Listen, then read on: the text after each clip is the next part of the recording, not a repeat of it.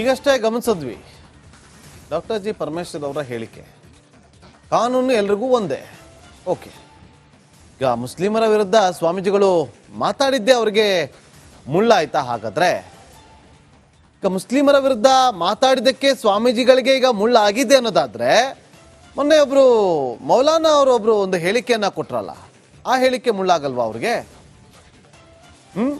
Supreme ಕೋರ್ಟ್ಗೆ ಅದಕ್ಕಿಂತ ನಾವು ಹೊರಬಂದು ಮಾತಾಡ್ತೀವಿ ಅನ್ನೋ ಅರ್ಥದಲ್ಲಿ ಮಾತಾಡಿದ್ರಲ್ಲ, ಸುಪ್ರೀಂ ಕೋರ್ಟ್ಗೆ ಅಗೌರವ ಕೊಡುವಂತ ಕೆಲಸವನ್ನ ಮಾಡಿದ್ರಲ್ಲ, ಅದು ಸರಿನಾ? ಹಾಗಾದ್ರೆ ಗೃಹ ಸಚಿವರೇ, ಅಹಿಂದ ವಿರುದ್ಧ ಧ್ವನಿ ಎತ್ತಿದ್ರೆ ಯಾರಿಗೂ ಉಳಿಗಾಲ ಇಲ್ವಾ?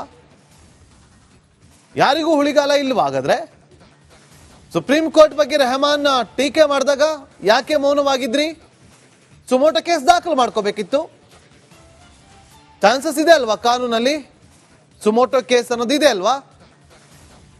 ಗೃಹ ಸಚಿವರೇ ಹೇಳಿದಂತೆ ಕಾನೂನು ಎಲ್ರಿಗೂ ಒಂದೇ ಅನ್ನೋದಾದ್ರೆ, ಸ್ವಾಮೀಜಿ ಹೇಳಿದ್ದು ತಪ್ಪು, ಅದಕ್ಕೆ ಅವರು ವಿಷಾದನೆಯನ್ನ ವ್ಯಕ್ತಪಡಿಸಿದ್ದಾರೆ, ಹೌದು. ಅದರ ಬಗ್ಗೆ ನೀವು FIR ಅನ್ನು ದಾಖಲು ಮಾಡಿಸ್ತೀರಿ.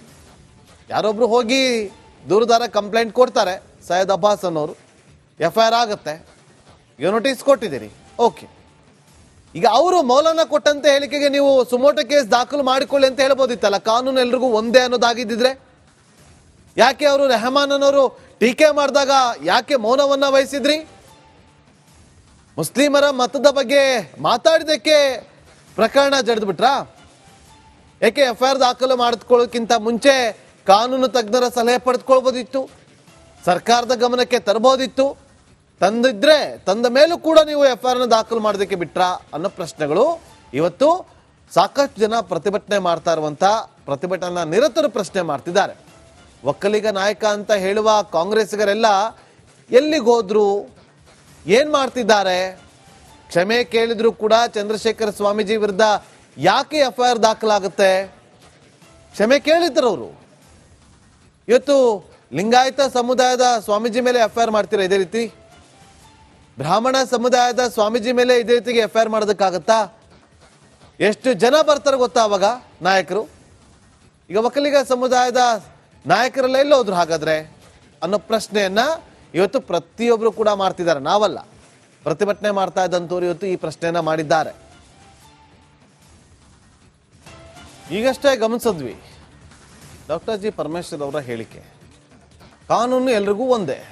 ಓಕೆ, ಈಗ ಮುಸ್ಲಿಮರ ವಿರುದ್ಧ ಸ್ವಾಮೀಜಿಗಳು ಮಾತಾಡಿದ್ದೇ ಅವರಿಗೆ ಮುಳ್ಳಾಯ್ತಾ? ಹಾಗಾದ್ರೆ ಈಗ ಮುಸ್ಲಿಮರ ವಿರುದ್ಧ ಮಾತಾಡಿದ್ದಕ್ಕೆ ಸ್ವಾಮೀಜಿಗಳಿಗೆ ಈಗ ಮುಳ್ಳಾಗಿದೆ ಅನ್ನೋದಾದ್ರೆ, ಮೊನ್ನೆ ಒಬ್ರು ಮೌಲಾನಾ ಅವರೊಬ್ರು ಒಂದು ಹೇಳಿಕೆಯನ್ನ ಕೊಟ್ರಲ್ಲ, ಆ ಹೇಳಿಕೆ ಮುಳ್ಳಾಗಲ್ವಾ ಅವ್ರಿಗೆ? ಸುಪ್ರೀಂ ಕೋರ್ಟ್ಗೆ ಅದಕ್ಕಿಂತ ನಾವು ಹೊರಬಂದು ಮಾತಾಡ್ತೀವಿ ಅನ್ನೋ ಅರ್ಥದಲ್ಲಿ ಮಾತಾಡಿದ್ರಲ್ಲ, ಸುಪ್ರೀಂ ಕೋರ್ಟ್ಗೆ ಅಗೌರವ ಕೊಡುವಂತ ಕೆಲಸವನ್ನ ಮಾಡಿದ್ರಲ್ಲ, ಅದು ಸರಿನಾ? ಹಾಗಾದ್ರೆ ಗೃಹ ಸಚಿವರೇ, ಅಹಿಂದ ವಿರುದ್ಧ ಧ್ವನಿ ಎತ್ತಿದ್ರೆ ಯಾರಿಗೂ ಉಳಿಗಾಲ ಇಲ್ವಾ? ಹಾಗಾದ್ರೆ ಸುಪ್ರೀಂ ಕೋರ್ಟ್ ಬಗ್ಗೆ ರೆಹಮಾನ್ ಟೀಕೆ ಮಾಡಿದಾಗ ಯಾಕೆ ಮೌನವಾಗಿದ್ರಿ? ಸುಮೋಟೋ ಕೇಸ್ ದಾಖಲು ಮಾಡ್ಕೋಬೇಕಿತ್ತು. ಚಾನ್ಸಸ್ ಇದೆ ಅಲ್ವಾ ಕಾನೂನಲ್ಲಿ? ಸುಮೋಟೋ ಕೇಸ್ ಅನ್ನೋದು ಇದೆ ಅಲ್ವಾ?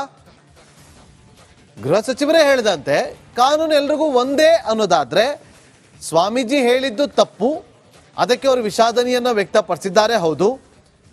ಅದರ ಬಗ್ಗೆ ನೀವು FIR ಅನ್ನು ದಾಖಲು ಮಾಡಿಸ್ತೀರಿ.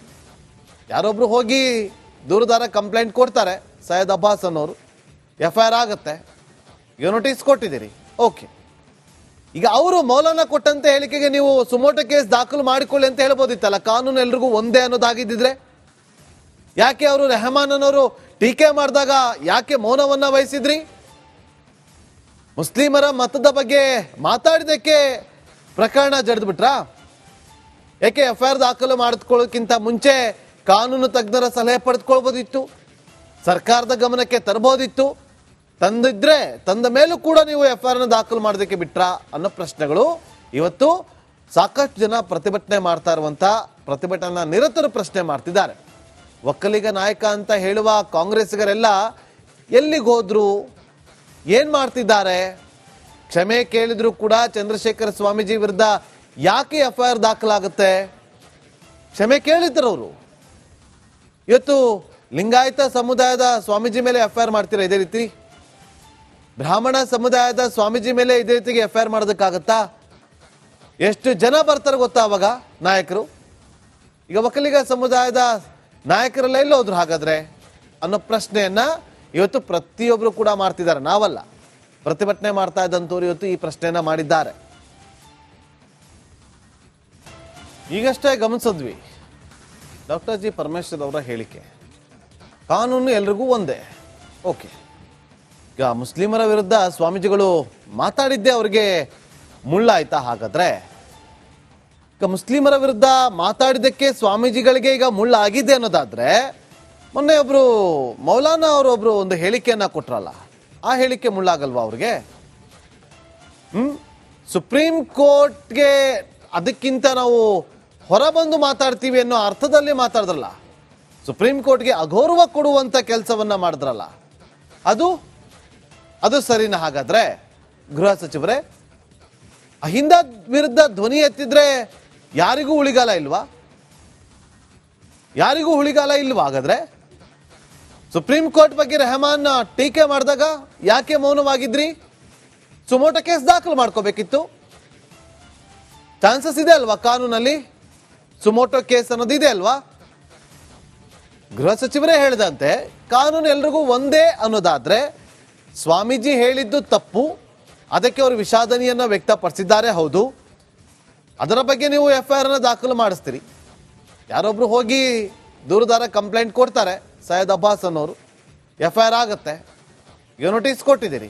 ಓಕೆ, ಈಗ ಅವರು ಮೌಲಾನಾ ಕೊಟ್ಟಂತೆ ಹೇಳಿಕೆಗೆ ನೀವು ಸುಮೋಟೋ ಕೇಸ್ ದಾಖಲು ಮಾಡಿಕೊಳ್ಳಿ ಅಂತ ಹೇಳ್ಬೋದಿತ್ತಲ್ಲ, ಕಾನೂನು ಎಲ್ರಿಗೂ ಒಂದೇ ಅನ್ನೋದಾಗಿದ್ದಿದ್ರೆ. ಯಾಕೆ ಅವರು ರೆಹಮಾನ್ ಅನ್ನೋರು ಟೀಕೆ ಮಾಡಿದಾಗ ಯಾಕೆ ಮೌನವನ್ನ ವಹಿಸಿದ್ರಿ? ಮುಸ್ಲಿಮರ ಮತದ ಬಗ್ಗೆ ಮಾತಾಡಿದಕ್ಕೆ ಪ್ರಕರಣ ಜಡಿದು ಬಿಟ್ರಾ? ಯಾಕೆ ಎಫ್ಐಆರ್ ದಾಖಲು ಮಾಡಿಕೊಳ್ಳೋಕ್ಕಿಂತ ಮುಂಚೆ ಕಾನೂನು ತಜ್ಞರ ಸಲಹೆ ಪಡೆದುಕೊಳ್ಬೋದಿತ್ತು, ಸರ್ಕಾರದ ಗಮನಕ್ಕೆ ತರಬಹುದಿತ್ತು. ತಂದ ಮೇಲೂ ಕೂಡ ನೀವು ಎಫ್ಐಆರ್ ದಾಖಲು ಮಾಡೋದಕ್ಕೆ ಬಿಟ್ರಾ ಅನ್ನೋ ಪ್ರಶ್ನೆಗಳು ಇವತ್ತು ಸಾಕಷ್ಟು ಜನ ಪ್ರತಿಭಟನೆ ಮಾಡ್ತಾ ಇರುವಂತ ಪ್ರತಿಭಟನಾ ನಿರತರು ಪ್ರಶ್ನೆ ಮಾಡ್ತಿದ್ದಾರೆ. ಒಕ್ಕಲಿಗ ನಾಯಕ ಅಂತ ಹೇಳುವ ಕಾಂಗ್ರೆಸ್ಸಿಗರೆಲ್ಲ ಎಲ್ಲಿಗೆ ಹೋದ್ರು, ಏನ್ ಮಾಡ್ತಿದ್ದಾರೆ? ಕ್ಷಮೆ ಕೇಳಿದ್ರು ಕೂಡ ಚಂದ್ರಶೇಖರ ಸ್ವಾಮೀಜಿ ವಿರುದ್ಧ ಯಾಕೆ ಎಫ್ಐಆರ್ ದಾಖಲಾಗುತ್ತೆ? ಕ್ಷಮೆ ಕೇಳಿದ್ರು ಅವರು. ಇವತ್ತು ಲಿಂಗಾಯತ ಸಮುದಾಯದ ಸ್ವಾಮೀಜಿ ಮೇಲೆ ಎಫ್ಐಆರ್ ಮಾಡ್ತೀರಾ ಇದೇ ರೀತಿ? ಬ್ರಾಹ್ಮಣ ಸಮುದಾಯದ ಸ್ವಾಮೀಜಿ ಮೇಲೆ ಇದೇ ರೀತಿಗೆ ಎಫ್ಐಆರ್ ಮಾಡೋದಕ್ಕಾಗತ್ತಾ? ಎಷ್ಟು ಜನ ಬರ್ತಾರೆ ಗೊತ್ತಾ ಅವಾಗ ನಾಯಕರು? ಈಗ ಒಕ್ಕಲಿಗ ಸಮುದಾಯದ ನಾಯಕರೆಲ್ಲ ಎಲ್ಲ ಹೋದ್ರು ಹಾಗಾದ್ರೆ ಅನ್ನೋ ಪ್ರಶ್ನೆಯನ್ನ ಇವತ್ತು ಪ್ರತಿಯೊಬ್ಬರು ಕೂಡ ಮಾಡ್ತಿದ್ದಾರೆ. ನಾವಲ್ಲ, ಪ್ರತಿಭಟನೆ ಮಾಡ್ತಾ ಇದ್ದಂಥವ್ರು ಇವತ್ತು ಈ ಪ್ರಶ್ನೆಯನ್ನ ಮಾಡಿದ್ದಾರೆ.